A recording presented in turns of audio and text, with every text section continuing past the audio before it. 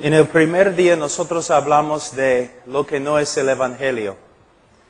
El segundo día hablamos del pecado del hombre. Y hay una gran necesidad que nosotros aclaremos para todos los hombres. ¿Cómo ve Dios al hombre? Necesitamos hablar del pecado. Necesitamos ser fuertes. No debemos ser cobardes. Debemos hablar del pecado, pero siempre con un corazón lleno de compasión, amor, misericordia. Hablamos ayer del Evangelio. Muchos en el día de hoy, cuando hablan de la cruz del Calvario, hablan de los sufrimientos de Jesucristo. Los sufrimientos físicos causados por los hombres.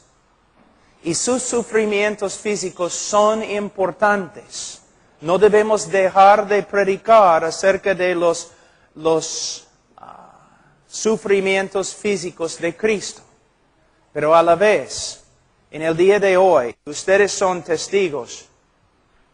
Cuando ustedes han escuchado a un predicador predicando sobre la cruz, ¿cuántas veces has escuchado a un predicador hablando de Cristo sufriendo bajo la ira y la furia y el aborrecimiento de Dios contra el pecado? Es muy importante que nosotros expliquemos bien lo que sucedió en la cruz y cómo nos redimió Cristo.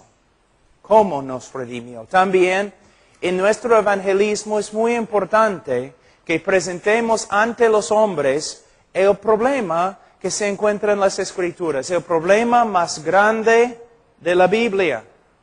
Si Dios es justo, ¿cómo puede Dios perdonar? Dios no puede negar su justicia para mostrar amor, misericordia y compasión, sino Dios tiene que satisfacer su justicia por medio de derramar su ira sobre la propiciación que es Cristo. Habiendo satisfecho su justicia, Él puede demostrar amor hacia los pecadores, porque Él ha pagado la pena de su pecado, de su desobediencia. Ahora también es importante hablar de la resurrección. Creo que en la próxima conferencia voy a tener que hacer eso. Debemos enfatizar que Cristo no solamente murió, sino también resucitó, y el significado de la resurrección. Se puede escribir libro tras libro tras libro con respecto a la resurrección de Cristo. Pero con respecto al Evangelio y la predicación del Evangelio a un pecador, es importante enfatizar que la resurrección de Jesucristo fue la señal, la evidencia pública de su Padre, que su Padre había aceptado su sacrificio como paga por nuestro pecado. Ahora, después de predicar el Evangelio, ¿qué debemos hacer? Con una pasión fuerte, con una sinceridad genuina, debemos rogar, como dice el apóstol Pablo, a los hombres para que se arrepientan y crean en el Evangelio. También debemos darnos cuenta que salvación es una obra del Espíritu Santo y las personas se convierten de diferentes maneras. Les voy a dar un ejemplo. Una vez yo estaba predicando en Ohio, hace como 20 años. Y antes de terminar la prédica, un niño de 9 años se paró atrás y empezó a pasar adelante, así, llorando y temblando todo su cuerpo. Y yo le pregunté, hijo, ¿qué problema tienes? ¿Por qué eres así? Él dijo, ¿es posible que un Dios santo puede perdonar a un pecador como yo? Niño, tienes 9 años. ¿Qué has hecho? Desobedecí a mi madre. Tú dices, caramba, el niño tiene problemas emocionales, tan asustado, tan dolorido, simplemente porque desobedeció a su mamá. Lo que tienes que entender es que todo pecado es pecado grave. El Espíritu Santo estaba usando su rebeldía contra su madre para mostrarle que era pecador y que merecía el infierno. El Espíritu estaba obrando dentro de su corazón, exponiendo la maldad que estaba allí dentro. Casi inmediatamente después de hablar con él, él clamó al Señor, a solas, no una repetición de una oración. Él clamó al Señor, Señor, sálvame. Pasamos por varios versículos, promesas de la salvación. Salió esa noche diciendo, el Señor me ha salvado, me ha librado de mis pecados. Tú dices, gloria a Dios, un éxito. No mencioné una parte importante, quizás la parte más importante. La mayoría de los evangelistas dicen a la gente, si tú crees en el Señor serás salvo. La persona clama al Señor y siente en su corazón que el Señor le ha salvado. Pero no es suficiente. Debemos también advertir a los que confiesen a Cristo con nosotros. ¿Qué debemos hacer? Vamos a volver a este niño. Después, cuando él me dijo, Cristo me ha salvado, estoy seguro, yo le dije, niño, si de verdad esta noche te has arrepentido y has creído en Cristo, Él te ha salvado, de verdad. Porque somos salvos por medio de la fe. Gloria a Dios. Si esta noche has creído en Él, eres salvo. Pero niño, va a haber evidencias de la salvación genuina. No me importa lo que tú sientas en tu corazón esta noche, si tú sales de esta puerta, la puerta de esta iglesia esta noche, y tu vida no empieza a cambiar, no has recibido nada aquí esta noche. La evidencia de la salvación genuina, la conversión genuina, es que va a continuar. Y el que comenzó en ti la buena obra, la va a perfeccionar. ¿Qué pasa en la mayoría de las campañas aquí en Perú? Un montón de gente pasa adelante, tienen que firmar una tarjeta o algo. Muchas veces reciben 5 minutos de consejería. Repite esta oración, ya eres salvo. Regresan a sus casas, no crecen, no vuelven a la iglesia, pero como los católicos bautizados como infantes, estos nuevos evangélicos se creen salvos. ¿Por qué? Una autoridad religiosa ha declarado salvación sobre ellos. Tenemos que advertir a los que confiesen a Cristo con nosotros. Si tu vida no empieza a cambiar, no hay ninguna evidencia de que de verdad te has convertido.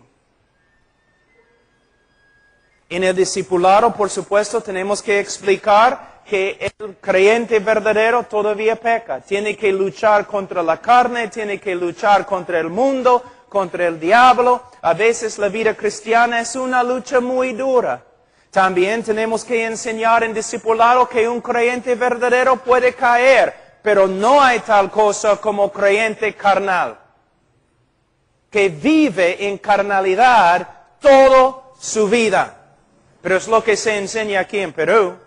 Yo viví acá en Perú. Una vez que una persona ha tomado su decisión, todos están seguros que es salvo. El pastor, él puede vivir como el diablo, pero es salvo. Solamente es carnal. No es lo que la Escritura enseña. La Escritura enseña en Hebreos capítulo 12, versículos 5 a 11, que si una persona de verdad es hijo de Dios, no solamente Dios va a obrar en su vida para que crezca, sino también Dios como Padre le va a disciplinar, le va a entrenar, le va a enseñar. ¿Debemos hacer evangelismo? A veces personas me preguntan, Pablo, ¿estás en contra del evangelismo? Y siempre respondo, sí y no. No estoy en contra del evangelismo bíblico. Estoy en contra del evangelismo contemporáneo. Hermanos,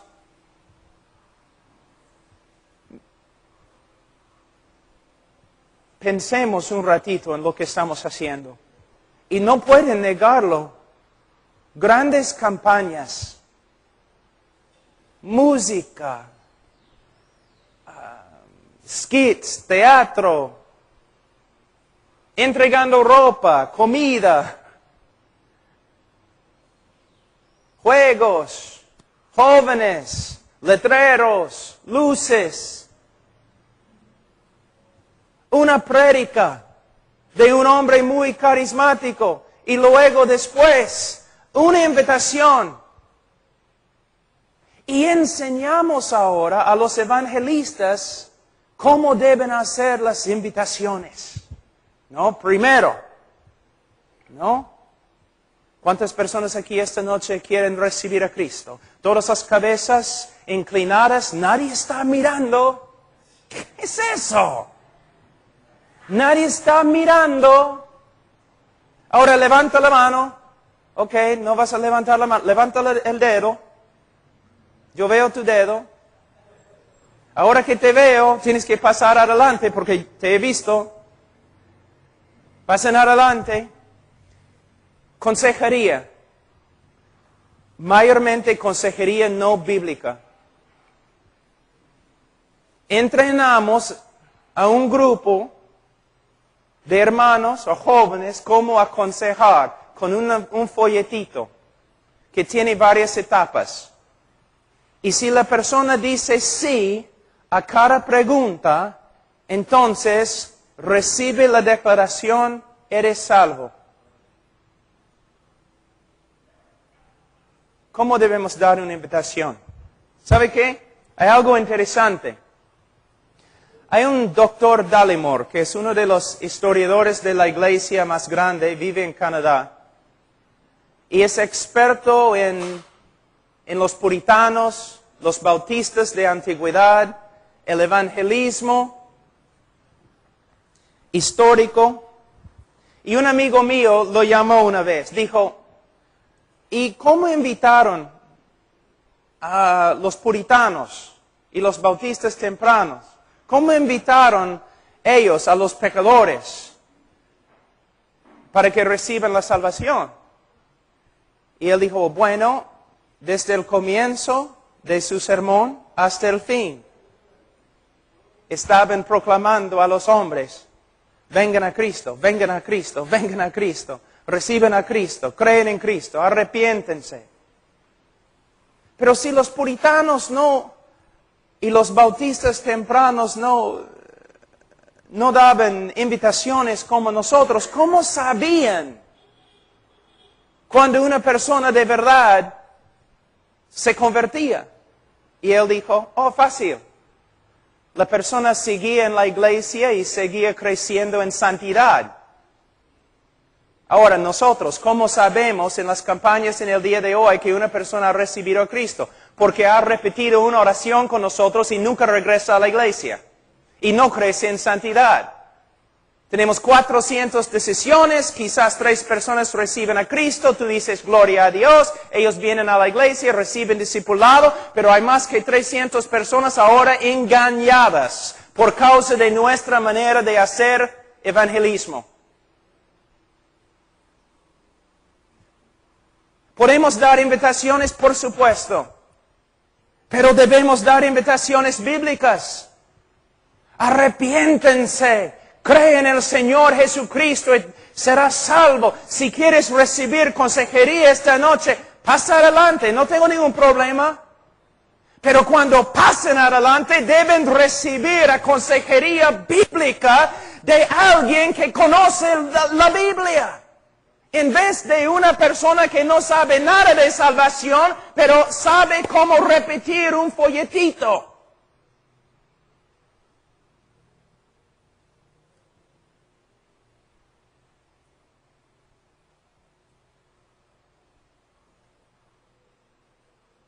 Así.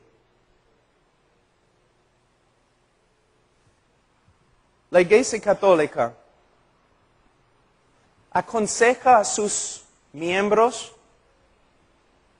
acerca de la salvación y cómo puede una persona saber que es salvo. No, nunca. Ellos asumen que todos los miembros en su iglesia, todos los católicos son salvos. Es lo que asumen.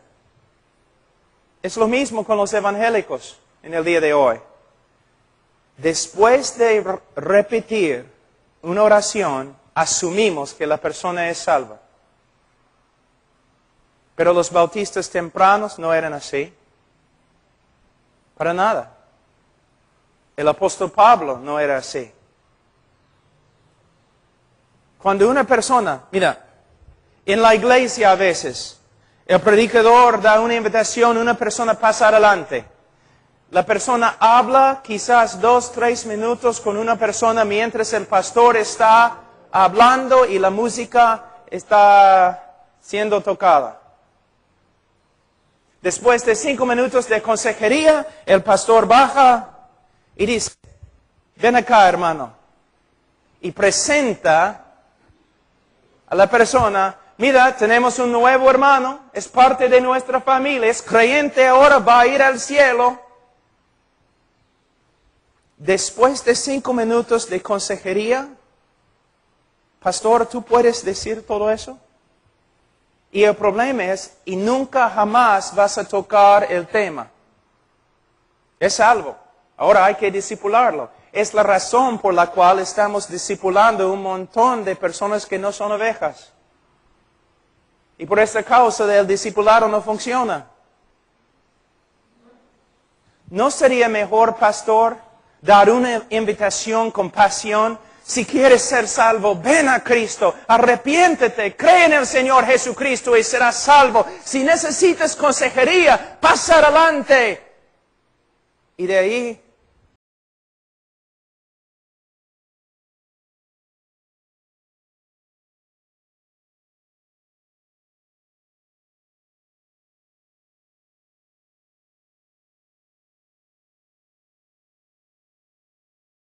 venido, ha confesado a Cristo Jesús como su Señor y Salvador. Gloria a Dios. De verdad, si esta noche Él se ha arrepentido y ha creído el Evangelio, es salvo. Pero en nuestra iglesia amamos a los hombres. Y nosotros queremos tener bastante cuidado con su salvación. Entonces, en las semanas que vienen vamos a estar entrando en tiempo de estudio con este hombre para asegurar bíblicamente, para que él venga a tener una seguridad bíblica con respecto a su salvación. Y lo vamos a presentar a la iglesia como hermano bíblicamente en su bautismo. En su bautismo. Y también vamos a predicar a la iglesia Iglesia, miembros de la iglesia, tienen que darse cuenta. Muchos de ustedes han confesado a Cristo como Señor y Salvador. Muchos de ustedes han sido bautizados, pero muchos de ustedes no viven como creyentes. No crecen. No crecen en la madurez, no crecen en conformidad a Cristo. Deben entender que puede ser posible que no hayan recibido a Cristo, que no conocen a Cristo. Tenemos que examinar nuestras vidas. Tenemos que probar nuestras vidas a la luz de las Escrituras. Como dice Pablo en 2 Corintios capítulo 13, versículo 5. Hermanos, no podemos simplemente asumir que una persona es cristiana simplemente porque una vez en su vida repitió una oración con nosotros. No es bíblico. No es bíblico. Como dije, una ilustración en la primera prédica. A veces, una persona pasa adelante y de verdad el Señor ha obrado en su corazón. Se ha arrepentido, ha creído. Así, 5 o 10 minutos, la persona de verdad confiesa a Cristo y parece hay fruto de arrepentimiento y fe, pero todavía debemos advertir a esta persona que si su vida no empieza a cambiar, es evidencia que no es cristiano. Pero también hay personas que van a venir preguntando, buscando consejería, y no van a recibir a Cristo en 5 minutos. Quizás van a recibir a Cristo en 5 meses. Pero ¿qué hacemos nosotros? No, tenemos que tener una decisión esta noche. Tenemos que tener una decisión esta noche. No.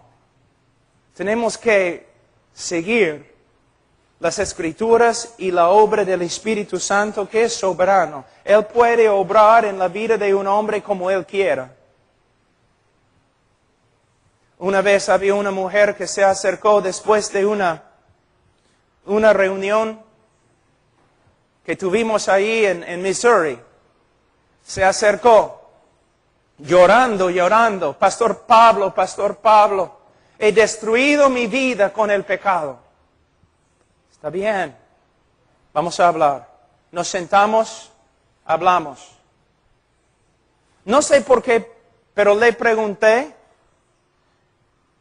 señora, ¿una vez has orado una oración, has repetido una oración para recibir a Cristo en tu corazón? Y ella dijo, sí. Yo le pregunté, ¿cuántas veces? 6. No funcionó, ¿no? Tú has orado una oración 6 diferentes veces en tu vida y todavía vives en pecado y tu vida es un desastre. Pastor Pablo, ¿qué debo hacer? Bueno, debes arrepentirte y creer el Evangelio. Pero ¿cómo puedo hacerlo? Solo Dios. Solo por medio de Dios. ¿Qué debo hacer? ¿Estás arrepentido?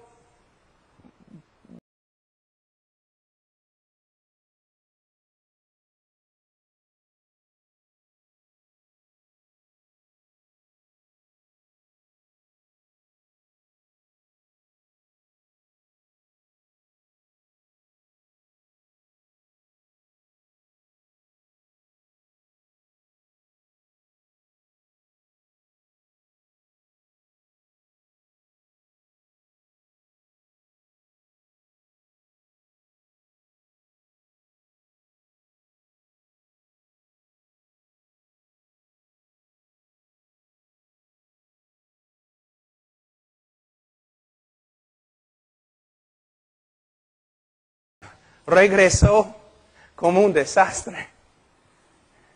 Y ella dijo, busqué al Señor toda la noche, no tengo paz. mujer, yo no te puedo dar paz. Yo no te puedo dar paz. Pero Pastor Pablo, estás pensando.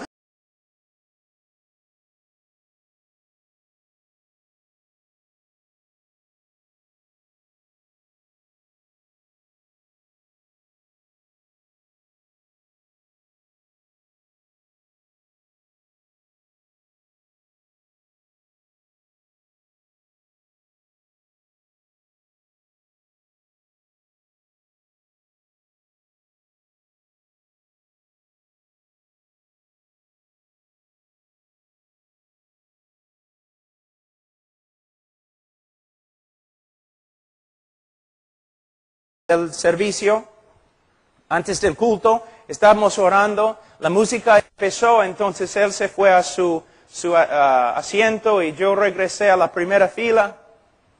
Yo estaba orando, llorando, Señor, salva esa mujer. Y de repente sentí que alguien se sentó a mi lado. Abrí mis ojos, la mujer, con un gozo como ni puedo describir. Yo le pregunté, ¿y qué pasó? Anoche busqué al Señor casi toda la noche. Por fin caí en sueño. Yo no podía más. Pero esta mañana, cuando me desperté, el momento que empecé a buscar al Señor, Él confirmó con el Espíritu Santo todas las promesas acerca de salvación que yo estaba leyendo. Y el Espíritu Santo testificó a mi corazón que ahora soy hija de Dios. Es el poder de Dios en la salvación en vez de un rito evangélico. Hemos reducido el Evangelio de Jesucristo a nada más que debes tomar tu decisión. ¿Y sabe qué? Es la idolatría de decisionismo. Yo puedo ir a muchos de tus convertidos, las personas que se han convertido contigo. Yo puedo ir a ellos. Yo puedo preguntarles, ¿y si murieres ahora mismo, dónde irías? ¿Al cielo? ¿Por qué? Tomé mi decisión. Tomé mi decisión. Están confiando en la sinceridad de su decisión. La respuesta correcta es, estoy confiando en Cristo. Estoy mirando a Cristo. Cristo murió por mí. En Él confío. Él ha obrado en mi corazón. Me ha cambiado. Soy una nueva criatura. Mira cómo es nuestro evangelismo en el día de hoy. Hermanos, después de casi 25 años predicando, estoy harto con lo que veo. Y yo sé que muchos están enojados conmigo. Eso no me agrada, pero no voy a retroceder. En mis propias campañas, en grandes auditorios, muchas personas tomando su decisión, pero que nunca caminan con Cristo. Ni vuelven a la iglesia, o vuelven a la iglesia, pero fuera de la iglesia viven como cristianos carnales. Hermanos, el Evangelio es el mensaje más precioso que existe. Cristo murió por los hombres. No podemos reducir este mensaje tan importante a algunas leyes espirituales o 4 o 5 cosas que Dios quiere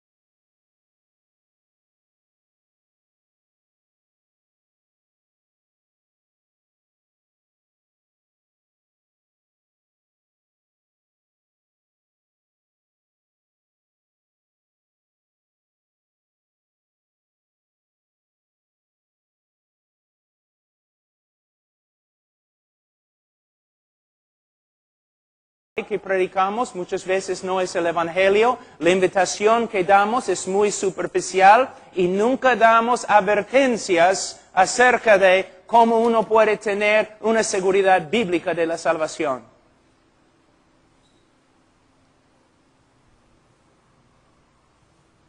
Así es. Hermanos, la razón por la cual soy bautista no es por causa de los bautistas en el día de hoy. Es por causa de los bautistas de hace 150 años. Si Spurgeon podría regresar hoy día y ver a una iglesia bautista y las prédicas en las iglesias bautistas, él dejaría la iglesia bautista.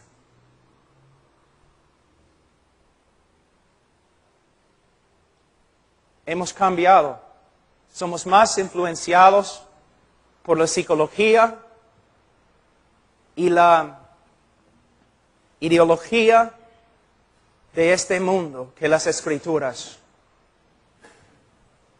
No podemos seguir el pragmatismo.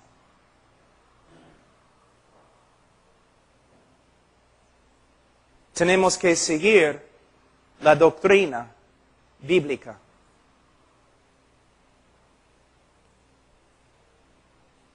¿Tuviste 400 personas convertidas en tu campaña? ¿Qué hiciste? ¿Qué método usaste? ¿Qué tipo de música tocaste? ¿Dónde colocaste las luces? Quiero ver tu propaganda. Proviene del hereje Alberto Finney, que básicamente dijo: nosotros podemos salvar a los hombres por medio de organizar bien nuestras campañas. Pero la Biblia enseña: el hombre se salva cuando el Evangelio de Cristo se predica bíblicamente y el Espíritu Santo de Dios regenera los corazones de los pecadores depravados.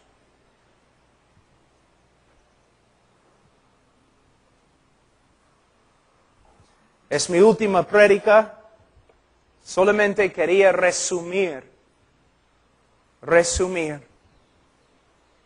Pero quiero terminar en 2 Corintios, capítulo 13.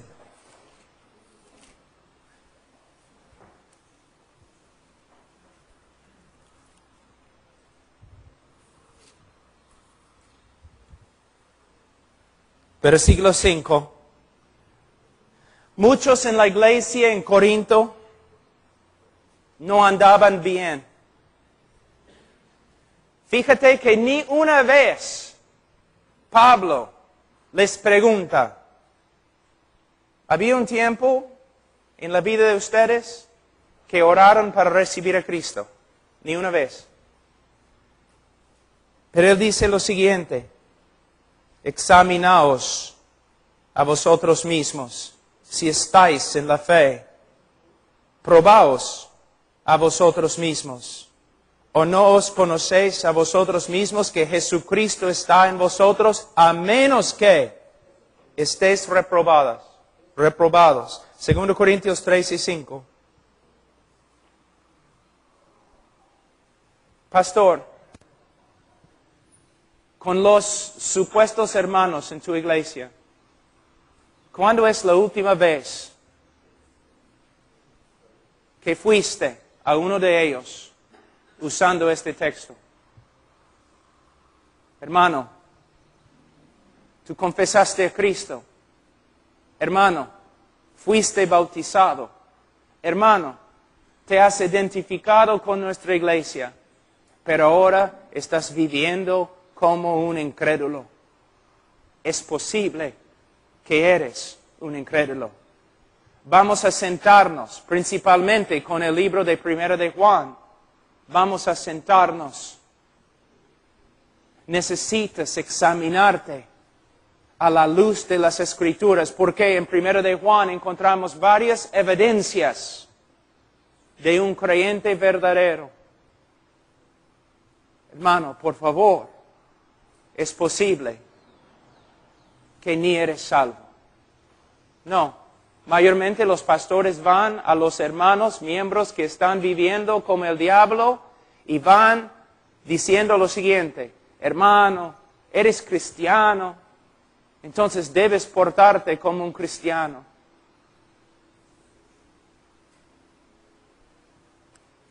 No. Tengo una pregunta. ¿Cuántos de ustedes, levanten la mano,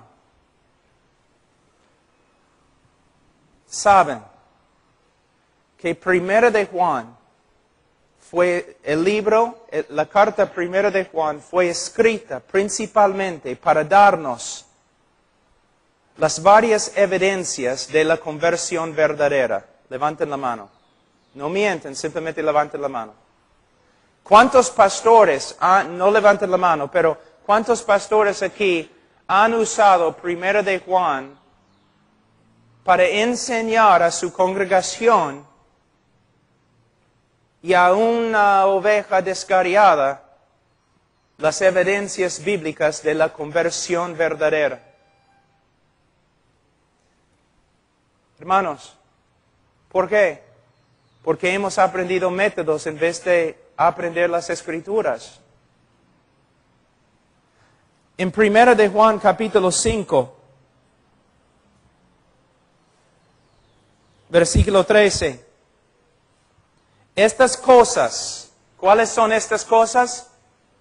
Primera de Juan.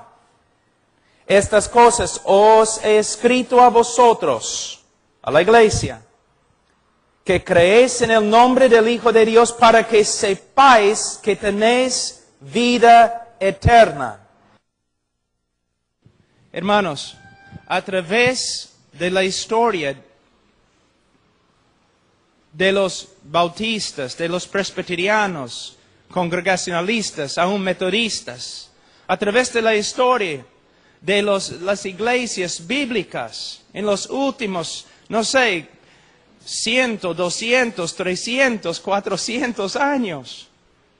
Este libro fue escrito, fue enseñado a los que confesaban a Cristo, para que tuvieran una seguridad bíblica con respecto a su propia conversión, pero en el día de hoy no se usa. Porque si un hermano duda su salvación, mayormente la pregunta es: hermano, ¿me dices que estás dudando tu salvación? Sí. Bueno, voy a hacerte algunas preguntas. ¿Había un tiempo en tu vida cuando oraste y pediste a Cristo que entraras en tu corazón? Sí, pastor. Bueno, ¿estabas sincero cuando le pediste? Bueno, creo.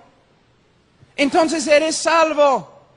Es el diablo que te está molestando. ¿Cuántas veces has usado este método?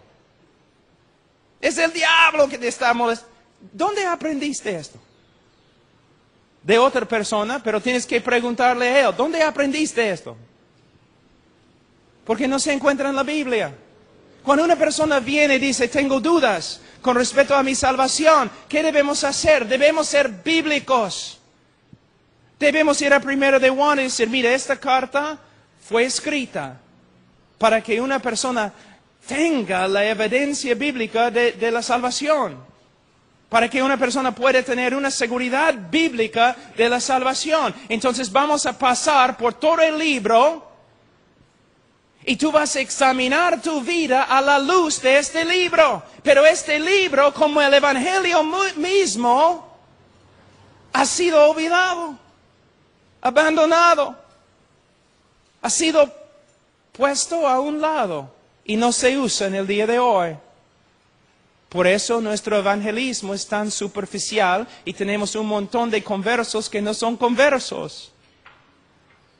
Pablo, ¿por qué hablas con tanta pasión? Porque estamos hablando de los almas de personas engañadas. Muchas veces por nosotros que predicamos el evangelio. Mira cómo hemos reducido el evangelio de esta forma. ¿Quieres ir al cielo? Oh, ¿sabes que eres pecador? Sí. ¿Quieres ir al cielo? Sí. Entonces repites esta oración. Ok. Ellos repiten la oración. ¿Fuiste sincero cuando oraste? Bueno, creo. Entonces eres salvo. Si dudas tu salvación, estás dudando a Cristo porque Él dice que eres salvo. Luego, una persona viene. No sé si soy salvo, pero ¿pediste a Cristo que entrara en tu corazón? Sí. Bueno, ¿fuiste sincero cuando oraste? Creo que sí. Entonces eres salvo. El diablo está molestándote. El Espíritu Santo es lo mismo. ¿Cómo puede una persona vivir lleno del Espíritu Santo? Nosotros sabemos que mayormente la llenura del Espíritu Santo proviene a través de una obra progresiva de Dios. Él obra en nuestra vida poco a poco conformándonos a Cristo y nosotros nos entreguemos más y más al Espíritu de Dios.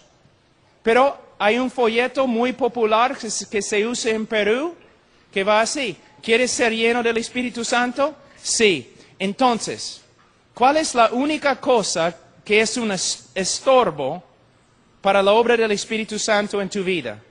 Bueno, mi pecado. Entonces, tienes que confesar tu pecado. ¿Ok?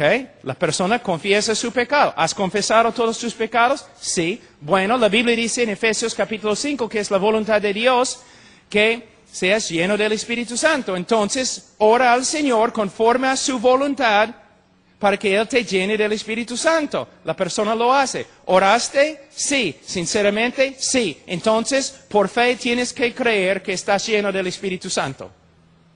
¿Puedes ver? 3 diferentes ritos que hemos creado. ¿Cuántas personas han leído esos folletos? ¿Ninguno? Sí hay. Yo viví acá. Pero cuando una persona viene y dice, no sé si soy salvo, yo voy al libro de Primera de Juan y digo, ok, vamos a tomar un examen. Juan 1, 5. Este es el mensaje que hemos oído de Él y os anunciamos. Dios es luz y no hay tinieblas, ningunas tinieblas en Él. ¿Significa que Dios es santo? Sí, pero mayormente en el contexto de Primera de Juan, esta iglesia fue atacada por un grupo que al final llegó a ser los gnósticos. Y ellos enseñaron que Dios era un Dios esotérico, oscuro, y nadie podía conocer a Dios y nadie podía conocer su voluntad. Pero Juan está diciendo no. Él está diciendo Dios es luz. ¿Qué significa? Dios ha revelado su carácter y ha revelado su voluntad a nosotros. Él nos ha mostrado quién es y lo que quiere. Él sigue en versículo 6. Si decimos que tenemos comunión con Él, si decimos que somos cristianos, y andamos en tinieblas, mentimos y no practicamos la verdad. Mentimos y no somos cristianos. Entonces, ¿qué quiere decir? Si una persona dice que es creyente, pero vive en oscuridad, ¿qué significa? Vive de una manera que contradice lo que sabemos de Dios y contradice lo que sabemos de la voluntad de Dios. Él es mentiroso cuando dice que es cristiano. La palabra andar es muy importante en el griego. La palabra andar es pateo. Pateo. Aquí es peripateo. Significa andar por todos lados. Una persona, ¿Un cristiano peca? Sí, puede pecar. Pero hay una diferencia entre un creyente que peca y lucha contra el pecado y un creyente cuyo estilo de vida es un estilo de caminar en pecado, practicar el pecado. Y lo que él está diciendo aquí es cualquier persona que se dice cristiano, pero su estilo de vida, cuando mires su vida, muchos meses o años, su estilo de vida contradice lo que Dios ha revelado acerca de sí mismo, contradice lo que Dios ha revelado acerca de su voluntad, la persona es mentiroso cuando dice que es creyente. La segunda prueba, en capítulo 1, versículo 8, si decimos que no tenemos pecado, nos engañamos a nosotros mismos y la verdad no está en nosotros. Versículo 10, si decimos que no hemos pecado, le hacemos a él mentiroso y su palabra no está en nosotros. Si negamos que tengamos pecado, no somos cristianos. ¿Qué quiere decir? Una de las marcas o evidencias más grandes del cristianismo no es perfeccionismo. Una de las evidencias más grandes de que uno es cristiano es que él es sensible al pecado en su vida. Y cuando peca, el Espíritu Santo le convence de su pecado y él se arrepiente y él confiesa su pecado. No puede vivir con pecado escondido en su corazón. Por un tiempo, quizás, pero como un estilo de vida, jamás. ¿No es interesante, pastores, que muchas veces las personas más entregadas en tu iglesia son los que más confiesen su pecado? ¿Y los hombres más carnales en tu iglesia nunca se preocupen por su pecado? ¿No es interesante? Una vez, pastor, has predicado y el Espíritu Santo ha obrado y personas comienzan a quebrantarse con respecto a su pecado en la iglesia. ¿No es interesante que casi siempre las personas que se quebranten son las personas más dedicadas a la obra? Y los miembros más mundanos se sienten allí tranquilos. Es la diferencia entre un creyente y no creyente. Una de las evidencias más grandes de la salvación es que el creyente verdadero, primera prueba, va a caminar, vivir un estilo de vida que es conforme a lo que Dios ha revelado acerca de sí mismo y es conforme a lo que Dios ha revelado con respecto a su voluntad. Otra evidencia del cristianismo verdadero es que el cristiano verdadero, cuando peca, va a ser sensible a su pecado, se va a arrepentir y va a confesar su pecado. Y confesión no significa, Señor, perdóname. Esa no es confesión. Señor, perdóname, cada noche, ¿no? Antes de dormir, perdóname, si he hecho algo. Hermano, pregúntame, ¿has hecho algo? Si he hecho algo, perdóname. Esa no es confesión. La palabra confesión proviene de la palabra griega homologeo, que significa hablar lo mismo. Confesión es cuando el Espíritu Santo, a través de la palabra de Dios o a través de un hermano, el Espíritu Santo te muestra que has pecado un pecado específico. Por ejemplo, te has enojado con un hermano. El Espíritu Santo, por medio de su palabra, te muestra que te has enojado contra un hermano. Confesión es cuando tú dices, Señor, lo que tú dices acerca de mí es verdad. Estoy de acuerdo contigo. Tú dices que me he enojado con un hermano. Tienes razón. Yo confieso, he pecado. Me he enojado con un hermano. Perdóname. Y vas al hermano y pides perdón también. Entonces, una vida marcada por la voluntad de Dios, conformidad al carácter de Dios y una vida sensible al pecado. Otro que es muy importante, versículo 6 de capítulo 2, otra prueba. El que dice que permanece en Él debe andar como Él anduvo. Tú dices, entonces todos nosotros vamos a ir al infierno, porque ¿quién anda como Cristo anduvo? Lo que está diciendo es lo siguiente. Una ilustración, cuando yo era niño, mi papá era grande, yo lo respetaba bastante, yo quería ser como él. Y él caminaba por la nieve, así, llevando comida a los animales, porque vivimos allí en el rancho, y él caminaba así. Era un hombre muy grande.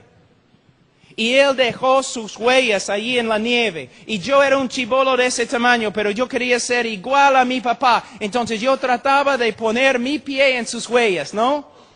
Yo estaba ahí caminando como una araña borracha o algo. Todos podían mirarme y burlarse de mí. Tú no puedes caminar como tu papá, pero no había ninguna duda que el deseo más grande de mi corazón era caminar como mi papá. Cuando alguien mira tu vida, ¿pueden ver que el deseo más grande en tu vida es ser como Cristo? ¿O quieres ser como estos mundanos, supuestamente exitosos en este mundo? ¿Se nota una realidad en tu vida, un deseo de ser conforme a la persona de Cristo? Otra prueba. Capítulo 2. Hemos pasado por alto una prueba. Capítulo 2, versículo 3. En esto sabemos que nosotros le conocemos. ¿Cómo podemos saber que de verdad conocemos a Cristo? Él nos dice, si guardamos sus mandamientos. El que dice, yo le conozco, yo soy creyente también. El que dice, yo le conozco y no guarda sus mandamientos, el tal es mentiroso y la verdad no está en él. Ahora, ¿qué significa? Porque acabamos de aprender que el cristiano verdadero peca. Entonces, ¿qué significa que el cristiano verdadero guarda los mandamientos de Dios? De nuevo, estamos hablando no de perfección, sino de un estilo de vida. Un incrédulo no tiene nada que ver con la palabra de Dios, no tiene nada que ver con los mandamientos, porque no tiene nada que ver con la voluntad de Dios. No se preocupa por la voluntad de Dios. ¿Cuántas personas son miembros de nuestras iglesias bautistas que nunca se preocupen por la voluntad de Dios? Ellos siempre hacen su propia voluntad sin preocuparse por buscar la voluntad de Dios en la palabra de Dios. No tienen ninguna relación con la palabra de Dios. ¡Nunca! Pero el creyente verdadero, ¿qué dice la Biblia? Se preocupa por la palabra de Dios, la voluntad de Dios. Quiere saber lo que Dios le ha mandado. Quiere obedecer la voluntad de Dios. Obedece la voluntad de Dios como un estilo de vida. Aunque no hay perfección, se nota una realidad en su vida. Él quiere ser obediente. Él tiene una relación con la palabra de Dios. Y cuando desobedece, y todos nosotros desobedecemos, entonces volvemos a versículo 8 y 10 de capítulo 1. Cuando desobedece los mandamientos de Dios, es sensible a su pecado y se arrepiente y confiesa. Personas vienen a mí siempre diciendo, tengo una nueva relación con Dios. Entonces yo digo, bueno, ¿tienes una nueva relación con el pecado? Porque si no tienes una nueva relación con el pecado, no tienes una nueva relación con Dios. Tengo una nueva relación con Dios. ¿Tienes una nueva relación con su voluntad? Porque si no tienes una nueva relación con su voluntad, no tienes una nueva relación con Él. Hermanos, así es. Otro. Versículo 9. Capítulo 2. El que dice que está en la luz y aborrece a su hermano está todavía en tinieblas. El que ama a su hermano permanece en la luz y en él no hay tropiezo. Una de las evidencias más grandes de la conversión verdadera es el amor que uno tiene para los hermanos en Cristo. Hermano, aquí no se refiere a los pobres, aunque debemos amar a los pobres. No se refiere de personas de otras razas, porque hay solamente una raza, la raza humana. Es una referencia a los creyentes.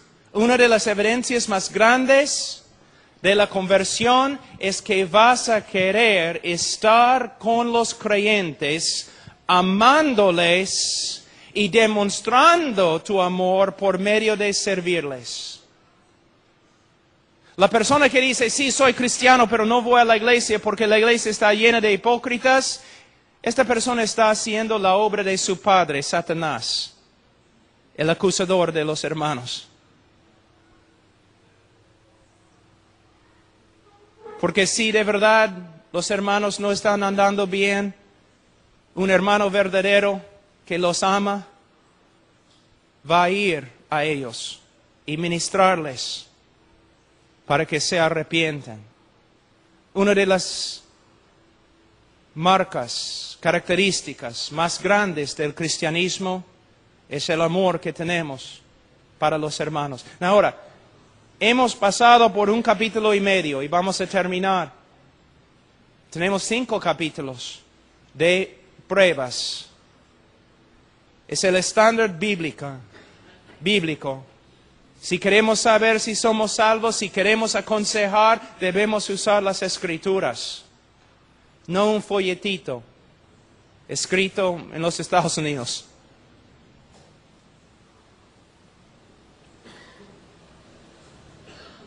Solo para mostrarles cómo podemos malinterpretar un texto. La Biblia dice que debemos amar a los hermanos. El que no ama a los hermanos demuestra que no es creyente. ¿Ustedes recuerdan en Mateo 25 cuando Jesús habla del juicio de las naciones? Y algunos van al infierno y otros van al cielo. Y Él dice, yo estaba en la cárcel y no me visitaste. Yo tenía hambre, no me diste a comer. Desnudo, no me diste ropa. Con este texto nosotros decimos, bueno, debemos tener ministerios en la cárcel y debemos dar ropa a los pobres. Este texto no tiene nada que ver con un ministerio en la cárcel. No tiene nada que ver con dando ropa a gente pobre. Lo siento, no es el contexto. Debemos tener ministerios en la cárcel, por supuesto. Debemos evangelizar a cada criatura y hay muchas criaturas en la cárcel.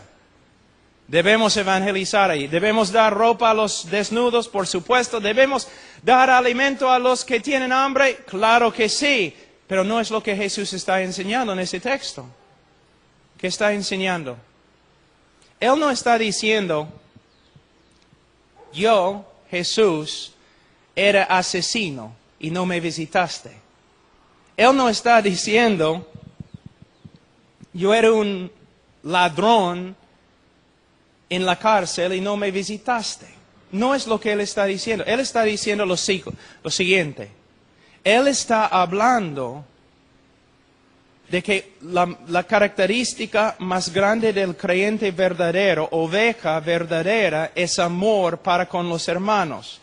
Y Él usa una ilustración muy potente. Él dice lo siguiente. Este es el contexto. Vamos a decir que somos una iglesia escondida ahí en Roma, o en Israel. Una iglesia perseguida y por eso escondida. Y tenemos una reunión escondida, fuera de la ciudad, porque hay hombres que quieren matarnos, meternos en la cárcel. Entonces, cuando estamos regresando a la ciudad, los soldados romanos capturan a nuestros 2 pastores. O vamos a decir simplemente, capturan a 2 hermanos. 2 hermanos fieles en la iglesia, los soldados romanos los capturan y los meten en la cárcel. En la cárcel en esa época, tú mueres, a menos que alguien te traiga comida de afuera. Tú mueres de frío, a menos que alguien de afuera te traiga ropa. Entonces nuestros hermanos ahora están en la cárcel y van a morir porque los soldados les han golpeado gravemente y tienen heridas. Los hermanos están allí sin comida y sin agua. Entonces nosotros llamamos una reunión como una iglesia. Y nosotros decimos, bueno, tenemos que llevar ropa y comida y medicina a nuestros hermanos que han sido capturados. Y todos dicen, amén. Pero entonces un hermano se para y dice, pero los que llevan la comida y la medicina a la cárcel, bueno, hay soldados ahí, hay espías ahí. Si yo llevo la comida a ellos, me van a capturar también y voy a estar en la cárcel también. Ahí es la prueba. ¿Amas a tu hermano o no? ¿Vas a ir? Aunque quizás te maten, vas a ir. Es lo que Jesús está diciendo. Él no está hablando de personas en la cárcel que han cometido robo o asesinato. Él está diciendo que la evidencia más grande de que eres oveja es que vas a arriesgar tu vida por los hermanos porque los amas. Pero puedes ver cómo nosotros sacamos un texto fuera de su contexto y decimos que somos bíblicos. ¿He probado mi punto? Hermanos, tenemos que estudiar las Escrituras. No simplemente leer algo y usarlo. Es como un evangelista una vez dijo, Apocalipsis 3:20, aquí estoy a la puerta y llamo, si alguno oye mi voz, yo abriré la puerta, yo entraré a él. Yo le dije, después de la reunión, pero hermano, en el contexto gramático de Apocalipsis 3:20, Jesús no está tocando a la puerta del corazón de un pecador, está tocando a la puerta de una iglesia. Él me dijo, yo sé, Pablo, pero funciona. Pero hermano, pragmatismo es muy peligroso. No debemos hacer algo porque funciona. Debemos hacer algo porque es lo que la Biblia enseña. ¿No podemos decir a los pecadores que Cristo está llamando? A veces aún podemos usar este texto como una ilustración. Creo que sí, no voy a pelear. Pero debemos tener bastante cuidado porque la mayoría de las personas en los Estados Unidos y también en Perú creen que Cristo está tocando a la puerta del corazón de un pecador en ese texto cuando no es así. Está tocando a la puerta de una iglesia rebelde y fría.